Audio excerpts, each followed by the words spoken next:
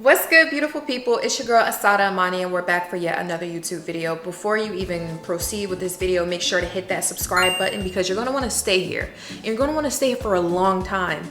With that being said, yes, this video, as you guys read by the title, is basically going to be me giving you guys a mental health update slash health update slash fitness update. So basically, y'all, I was doing music. I was traveling 3 hours to and from, so really 6 hours, 6.5 hours worth of traveling to go record the music, get things done, get things situated. So I basically fell off of my fitness routine. So I did want to come on here and kind of tell you guys some of the things that I've been feeling. I have been feeling down in the dumps a lot lately, and I got back into the gym last week for the first time in like 2 to 3 months, and it was only for 20 minutes. So I don't want to say that I'm starting over on my fitness journey because I feel like we never really start over. I feel like you've learned and you've grown and you've built muscle. So you're never really starting over. But in terms of my mental health, it feels like I'm starting over because my mental health has been taking punches to the gut, if you know what I mean, because I haven't been doing my cardio and I haven't been working out. As you guys may or may not know, I have a whole walking pad. I've had this walking pad in here for quite some time. I made a whole video about it. I absolutely love it. And then literally a 2-minute walk to my apartment's gym is a freaking treadmill and other things like dumbbells and ellipticals. So I've basically been making the same excuse in my mind, but once you get caught up in a rut and caught up in life, like when life starts to life, you feel like, oh my God, what do I do? There's nothing I can't do. But no matter where you are on your journey, there is something that you literally can do about where you're at to get to where you want to be.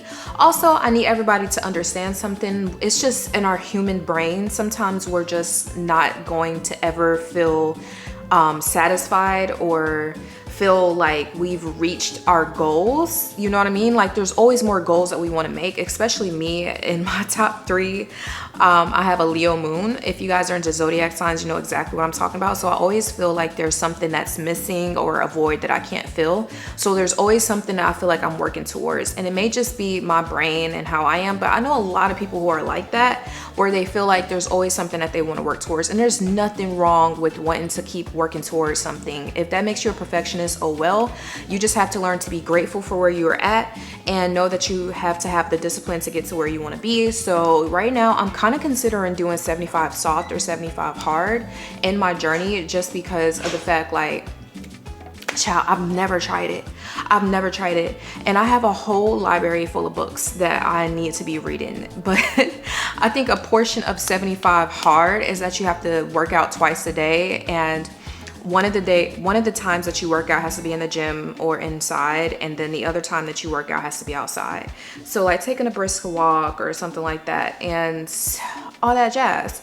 With that being said, I have to decide if I want to do it, if I want to do this challenge, and a part of me, it kind of feels very kind of nervous. A little nervous. I already have a bunch of videos on here to kind of tell you what your caloric intake should be. Cool.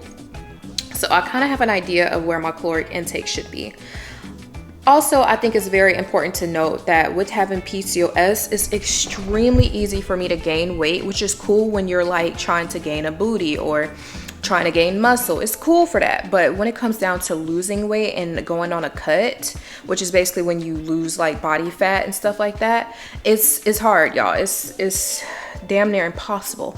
With that also being said, since I have PCOS, there's really only 2 things that I can do, and this is me being open and being honest with you guys. So number 1 thing that I can do since I have polycystic ovarian syndrome or PCOS is to cut down on the high glycemic carbohydrates. I'm going to put a list or a picture on the screen so you guys kind of know what those are. So that's your white breads, your white pastas, things that just are full of sugar, full of carbs, full of starches. So starches plus carbs equals sugar. That's just the way it is, okay? Now, when I lost weight the first time, when I went on my first weight loss journey officially after I had my daughter, I literally weighed, I believe, 194 pounds. I weighed 194 pounds at my highest. I may be off a couple of pounds, but it was in the 190s, okay? And what I did was I did keto. I had to get to the point where I was like, okay, what is going to work? What is going to work quick? What is actually something I never tried before? And that was keto. So I actually did keto and I lost about 20 something pounds, y'all, 20 to 25 pounds. So I got down to like 165. And then once I stopped keto, the only thing about that was my weight spiked up. So I don't want to cut out any type of carbohydrates just because I know that's not going to be sustainable for me in my life. But what I want to do is cut out high glycemic carbohydrates. So anything dealing with white rice, pastas, white bread, because honestly, y'all, like once you start cutting that out your diet, you're not going to miss it. I promise you. The only thing that I really missed was birthday cake during birthdays. Okay. So yes. Basically going keto is going to help you with your PCOS because you're cutting out high glycemic carbohydrates. We understand that, we get that, but I think a lot of people are not going to be able to sustain keto. So doing a low carb alternative might be best for a lot of people. Also, I think that for me, for instance, I'm just going to cut out high glycemic things like bagels and pastas and potatoes and things that's going to blow up in my actual stomach. Okay, yeah, I hope that makes sense. So basically, if you have like white rice, if you add water to that, it expands. So we don't want anything that's going to expand in our gut, and this is also going to be good for your gut health. So already I kind of went over 2 things that you can do if you have PCOS, if you want to lose weight, and that's keto if you plan on sticking with it for the rest of your life, or you can do a low carb alternative. So yeah, and the third thing that you can do, I told you guys I was only going to give y'all 2, but the third thing that you can do if you have PCOS or you're noticing that you're struggling to lose weight and you want to lose the weight faster is to actually get on something like a GLP-1, which is what I do now. I am currently on a compounded GLP-1 from Valhalla Vitality. That is just another way for me to lose weight. When I first started this, and this was after I did the keto and lost weight and gained it back. When I first started this, which was over 1.5 years ago, I was 196 pounds and I got down to 166 pounds, y'all. 166. Now, as with anything, you're going to have to hit a maintenance dose. That's just what it is. Your body stops responding to certain things, and that's why it's really important to take in consideration how much you're working out, how much you're eating, and what you're eating is very important. You want to build those habits while you're on a compounded GLP-1 because of the simple fact, like, you want to just build those habits for the rest of your life. Even if you fall off, you're going to resort back to those things because they're habits, they're healthy habits. So yes, I do take a GLP-1. I just really want to give you guys another alternative if you guys are struggling with losing weight. You have polycystic ovarian syndrome, you may be pre-diabetic, which I'm sure I was pre-diabetic. At 196 pounds at 5'3", and just the different symptoms that I was getting was giving very much pre-diabetic. Okay, so with that being said, these are just some things that could help you if you have PCOS, if you want to just lose weight and it's becoming very hard for you after a baby, postpartum, whatever the case may be.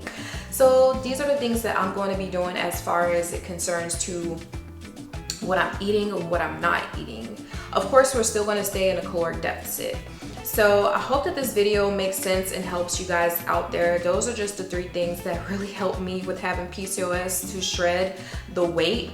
Just because it's summertime does not mean that you have to give up on yourself. And that's the last thing I really wanted to leave off this video with is just because it's summertime does not mean that you have to give up on yourself. Just because the seasons change does not mean that all of a sudden you're no longer on your weight loss journey or your weight gain journey or your body recomposition journey. It does not matter. It's just hot outside. That's the only thing that changed. And yeah, you may not feel 110% confident in a bikini right now, but that does not mean that you throw away all your progress and you throw away what you really want out of this life. And with that being said, I'll catch you guys next time. Make sure to subscribe to the channel and I'll catch you guys next time. Yeah, bye.